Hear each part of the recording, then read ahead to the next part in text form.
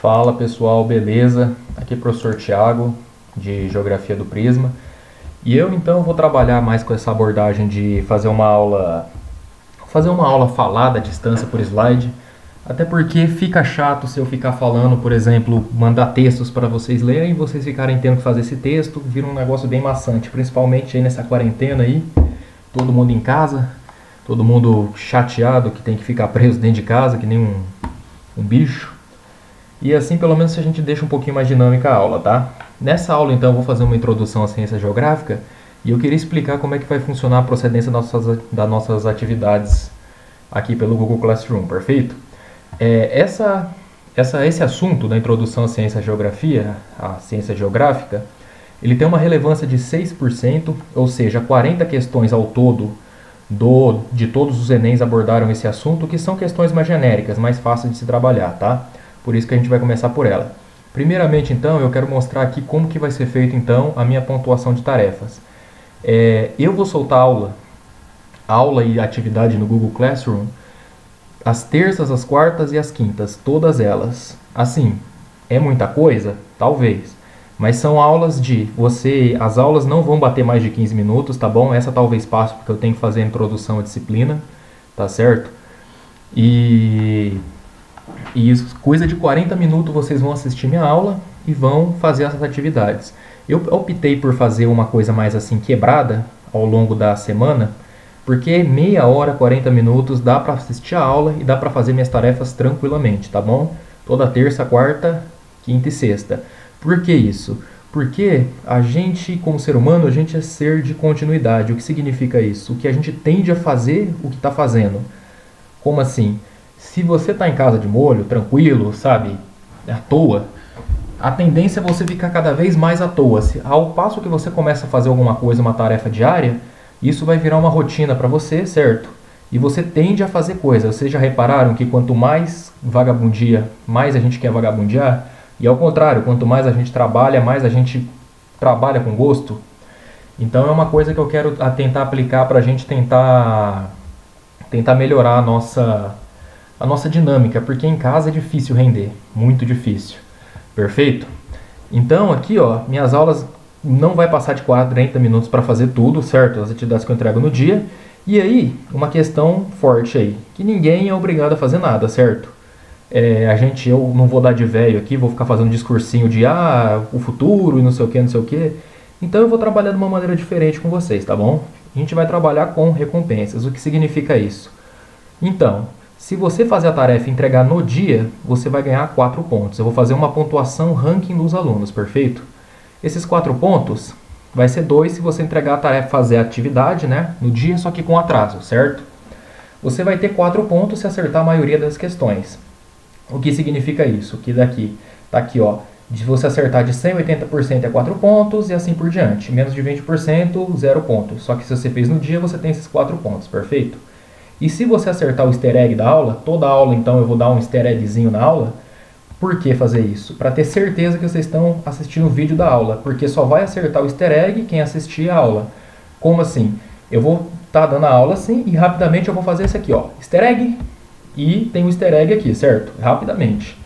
E o que acontece com isso? No final lá das tarefas minhas de todo dia, de toda terça, quarta, quinta e sexta, você tem a última pergunta, vai perguntar qual foi o easter egg da aula. Se você acertar, é 2 pontos. Ou seja, você totaliza o total de 10 pontos por tarefa entregue a mim, tá? E se você fazer isso, eu vou trabalhar com esse sistema de recompensa, que vai ser o seguinte, ó. Eu tenho a planilhazinha aqui, eu preparei uma posição aqui, eu vou contabilizar os pontos de todos os alunos que estão entregando as atividades, e o primeiro lugar, certo? Você todo dia tentando fazer as atividades, você vai conseguir ganhar esses pontos. Vai ganhar uma caixa de bombom, perfeito. O segundo lugar, uma caixa de bis e por aí vai, as recompensas vão diminuindo, tá certo? Além do que, uma consequência causal quanto ao seu esforço decorrente às aulas, certo? E um título concedido, né, que é mais para fazer uma gracinha, né? Tipo o Activement da Steam, isso aqui. Perfeito? Aí a gente tem aqui, eu vou disponibilizar esse PDF aqui das recompensas no Classroom, tá certo? E vou tentar fazer isso com o intuito de motivar vocês a prestarem atenção nas aulas. Tá bom? Perfeito? E vou trabalhar com uma abordagem bem dinâmica nas minhas aulas, o que significa o seguinte: eu vou trabalhar em cima das questões do Enem, assim, a minha aula eu construo em cima de questões. Como assim? O que está sendo pedido nas questões? Eu avalio o que está sendo, os conteúdos que estão sendo cobrados nas questões, certo? E passo a vocês o que vocês precisam saber para acertar essas questões. Ninguém vai formar aqui um geográfico, ninguém vai aqui formar um cara conceituado para escrever um livro no assunto, certo? O meu objetivo é o seguinte: focar em fazer vocês acertarem as questões do Enem. Perfeito? E eu vou trabalhar então focando nos assuntos necessários para tal. Perfeito? Então, ó, esse easter egg aqui já estou entregando de bandeja, só que eu vou sempre passar rápido o easter egg, por quê? Para o cara não poder ficar, né, fuçando o vídeo até achar o easter egg para dizer que assistiu o vídeo, tá bom?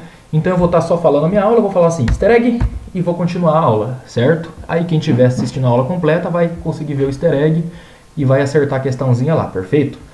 Então, introdução à ciência geográfica, começando então. Certo?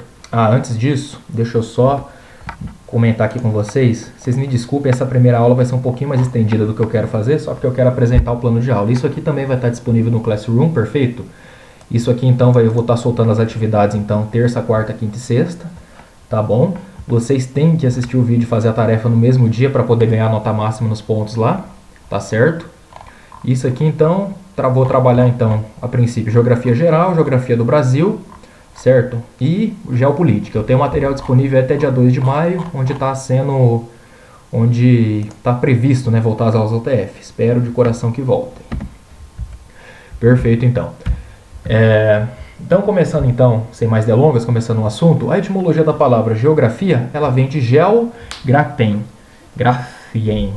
não sei pronunciar isso, me perdoe, que significa terra e descrever, ou seja, descrição da terra, perfeito? O conceito, então, da ciência de geografia é o quê? Estudar o espaço geográfico produzido por meio da dinâmica das relações estabelecidas entre o homem e o meio.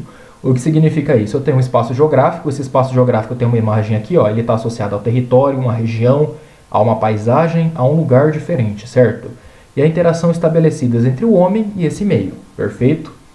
A geografia, ela analisa aqui, tem outra definição aqui, a dinamicidade entre a sociedade e a natureza, certo? Como que são essas relações dinâmicas? Como que funciona isso?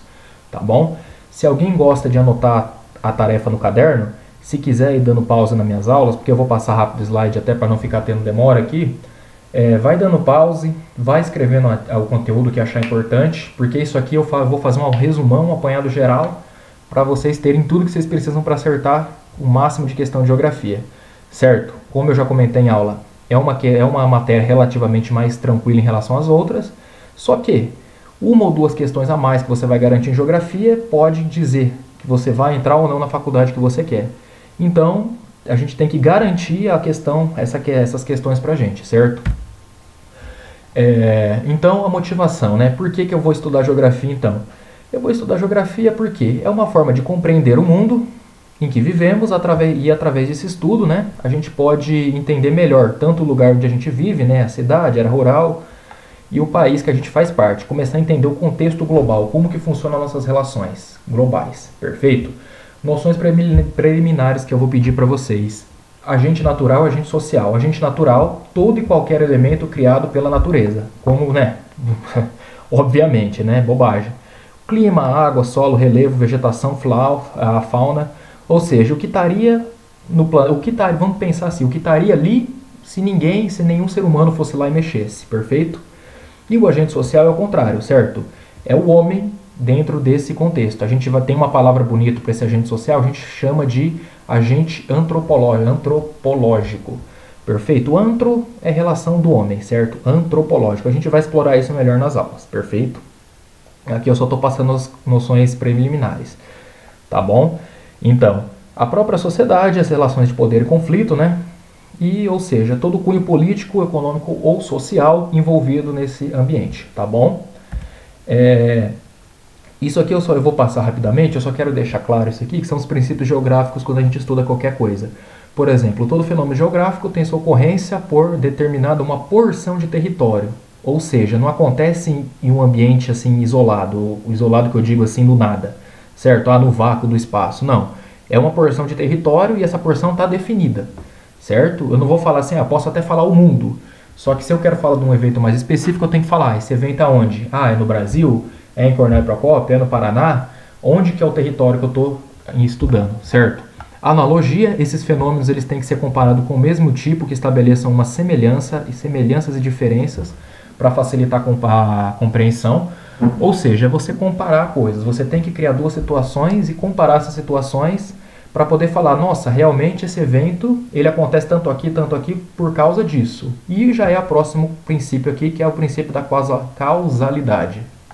Perfeito? Ou seja, o fenômeno geográfico ele tem uma ou mais causas, certo? E a gente tenta identificar essas causas para entender o evento. E explicar por que isso está acontecendo. Por que a gente está em casa agora e não está podendo tendo aula? Qual que é a causa disso? Coronavírus, certo? E quais são as consequências disso? A gente tem atraso de calendários, a gente tem perdas econômicas, a gente tem tensão política, dentre outros, tá bom? Então a gente vai tentar entender as causas para mensurar as consequências e se acontecer um fato similar, a gente já sabe mais ou menos o que essa causa vai gerar de consequência. A atividade é todo fenômeno geográfico que tem caráter dinâmico, perfeito? Lembra disso sempre, as interações geográficas elas são dinâmicas, certo? Então é o meio mudando, é o ser humano mudando o meio, e o meio mudando o ser humano, certo? Tem essa relação aí. E o mais importante disso tudo, tá bom? Que eles nunca são fatos isolados. Uma coisa influenciar na outra. Por que não sei? Não vou poder ir na quitanda hoje, usando o exemplo do coronavírus. Porque teve o problema do coronavírus. Mas por que o Brasil ele tentou se precaver tanto? Ele está tão assim receoso, tão esperto com o coronavírus? Porque na Itália a gente teve casos graves, certo? E esses casos graves geraram medo mundial. Por isso, então, a gente teve esse isolamento mais complexo aqui no Brasil, mais, vamos dizer assim, mais antecipado, tá bom? Porque a gente não está analisando a situação do Brasil num caso isolado. A gente está analisando o que o coronavírus faz, a causa dele em vários pontos territoriais do mundo, perfeito? Em várias extensões aqui do mundo, tá bom? E isso já introduz o princípio da conectividade, então, que então é o que está repetindo basicamente o princípio da atividade, que eles nunca são fatos isolados, eles sempre estão inseridos num sistema de relações, tá bom? Esses conceitos todos a gente não precisa decorar, eu só quero trazer uma noção para vocês, porque a gente vai analisar todas as questões geográficas dessa maneira, seguindo esses princípios, tá bom? Então, essas temáticas quentes que eu trouxe é o que vocês precisam saber para resolver as questões do Enem, o que está sendo mais pedido nessa questão principal aí de ciência geográfica aí, como introdução, certo? A gente vai explanar esses conceitos melhores, tá bom? Então a sociedade se altera e as teorias e conceitos geográficos se adaptam, certo? O que significa isso? Se a nossa ciência geográfica não está atendendo mais, não está explicando mais o mundo da maneira que ele é, ela não serve mais para a gente. Ou seja, a gente adapta essa ciência, a gente muda essa ciência para ela tá sempre atualizada, sempre conseguir trazer para a gente uma explicação por que isso acontece, por que aquilo acontece, tá bom? Vou inserir aqui também outro conceito interessante aqui, as estruturas geológicas, vocês vão precisar saber desses conceitos aqui para responder as questões, que são formações que compõem uma litosfera terrestre. A gente vai explorar melhor o que é a litosfera. Entenda a princípio que a litosfera basicamente é a camada, né, que a gente pisa, né, aqui como ser humano na Terra.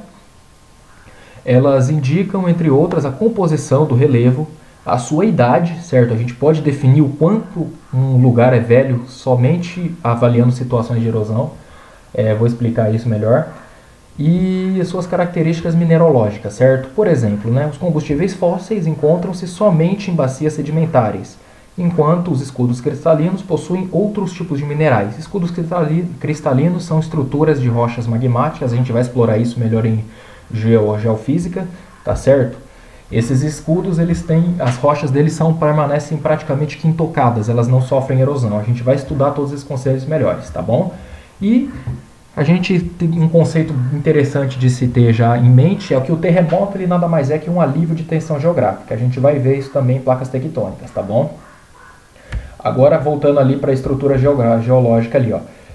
O que são bacias sedimentares, então, que ele explicou ali, ó? Escudos cristalinos são essas porções de rochas aqui que permanecem relativamente intocadas, né? Claro que elas sofrem um processo de erosão, só que isso é bem lento, certo? E essas bacias sedimentares são basicamente os detritos de erosão que vão escorrendo aqui e vão se juntando aqui, nessas depressões aqui, tá certo? E isso forma essas bacias sedimentares que, né, no caso que eu expliquei aqui, por que é interessante saber disso? Eu sei que eu vou encontrar petróleo em bacias sedimentares, tá bom? E olha que bonito aqui, trouxe algumas imagens, né? Essa aqui é a graça, né, de estudar geografia, são essas imagens bonitas de paisagem que a gente tem. Quem gosta de paisagismo aí, vixe, vai adorar esse assunto. Outro assunto já que eu já estou inserindo aqui pra gente trabalhar, que são os assuntos quentes do Enem, que a gente precisa saber, ter noção na hora de responder questões do Enem. Tribalismo cultural. O que significa isso? Isso aqui a gente como jovens, né, eu nem tanto, já estou meia idade já, né, 25 anos, mas vocês principalmente, tem isso. O que seria uma tribo? Tribo é um conjunto de pessoas, certo? Que seguem as mesmas tradições, os mesmos costumes e se comportam de maneira igual. Tribalismo cultural, ele é o que? Uma maneira de pensar e se comportar no qual as pessoas são mais leais à tribo do que qualquer outro grupo social. O famoso ser ou pertencer. Como assim? Vou explicar para vocês. Suponha que eu não tenho o costume de beber. Só que eu chego num grupo social onde todo mundo bebe. E eu então começo a beber. Por que eu estou fazendo isso? Porque eu quero ser parte do grupo. Isso é um tribalismo cultural, no caso juvenil. Por quê? Porque eu, por exemplo, suponho que eu falo assim, meu pai tem problema com alcoolismo e eu não gosto de beber. Só que o que acontece? Eu abri mão dos meus valores naquele momento para fazer parte da tribo, certo? Então eu abri mão do ser, já ficou filosófico aqui o negócio, hein? Só que sem a maconha, né? Brincadeiras à parte. E eu abri mão do ser para eu tentar pertencer a alguma tribo. No caso, uma tribo cultural naquele momento ali que eu quis pertencer. Perfeito? Esse conceito aqui é muito importante vocês terem em mente. As questões, principalmente dessas partes de introdução de ciência geográfica, exploram bastante essa questão aqui, tá bom? Outra questão, agropecuária orgânica. Com o desenvolvimento dos transgênicos, muita gente se questiona se esses transgênicos, até hoje a gente não tem uma resposta certa para isso, se esses transgênicos causam câncer na gente, tá certo? E a agropecuária orgânica ela ganha força no sentido de ela não resolve o problema da fome mundial, mas ela é uma coisa mais saudável, mais segura, certo? E uma questão que está sendo bastante explorada na agropecuária. Transportes, rodoviário, ferroviário, aquaviário. Tenham em mente sempre que o rodoviário ele é bom para pequenas distâncias, para países pequenos, só que ele é ruim quando eu tenho o Brasil, por exemplo, um país grande, Estados Unidos, Rússia, que se beneficiam melhor do transporte ferroviário, porque ele atende melhor essas grandes distâncias, e o aquaviário que é ótimo também, só que demanda ter bacias hidrográficas, um mapa hidrográfico favorável para o país, tá certo? Para escorrimento de portos, por exemplo. O Paraguai, por exemplo, não consegue explorar o transporte aquaviário porque não tem nenhum mar ligado para poder escorrer seus produtos, certo? O máximo que ele pode fazer é explorar pequenos rios, tá bom? Uma questão recorrente aqui, vou explorar rapidinho. Eu vou trabalhar mais esse assunto melhor, mas por que o Brasil, do tamanho que explora mais o transporte rodoviário do que o ferroviário? Isso aqui basicamente fica como uma curiosidade para vocês. No período do JK, dos 50 anos em 5, o Brasil, os Estados Unidos, ele emprestou dinheiro para o Getúlio Vargas fazer o Getúlio Vargas, agora eu não lembro se era o Getúlio Vargas ou o JK, pera aí. Vou conferir para vocês rapidão aqui para não falar bobagem. Tá certo, conferi já, me perdoem, tá? Getúlio é JK mesmo, tá bom? Juscelino Kubitschek, sempre eu embanando, incrível, viu? Então, no período dos 50 anos em 5 do JK, os Estados Unidos só decidiu emprestar dinheiro para o Brasil com a premissa de o Brasil investir em transporte rodoviário. Por que isso? Porque o rodoviário ele era mais interessante para os Estados Unidos para ele poder construir concessionárias e vender carros no Brasil. Feito isso, o Brasil investiu prioritariamente no transporte rodoviário, que foi uma bobagem, porque o ferroviário seria melhor para o nosso país, sendo a modalidade de transporte principal, porque todo o nosso produto bruto, nosso produto de escorrimento, ele encarece no país, porque o rodoviário ele é mais caro do que o ferroviário em questão de um país grande que nem o Brasil, tá certo?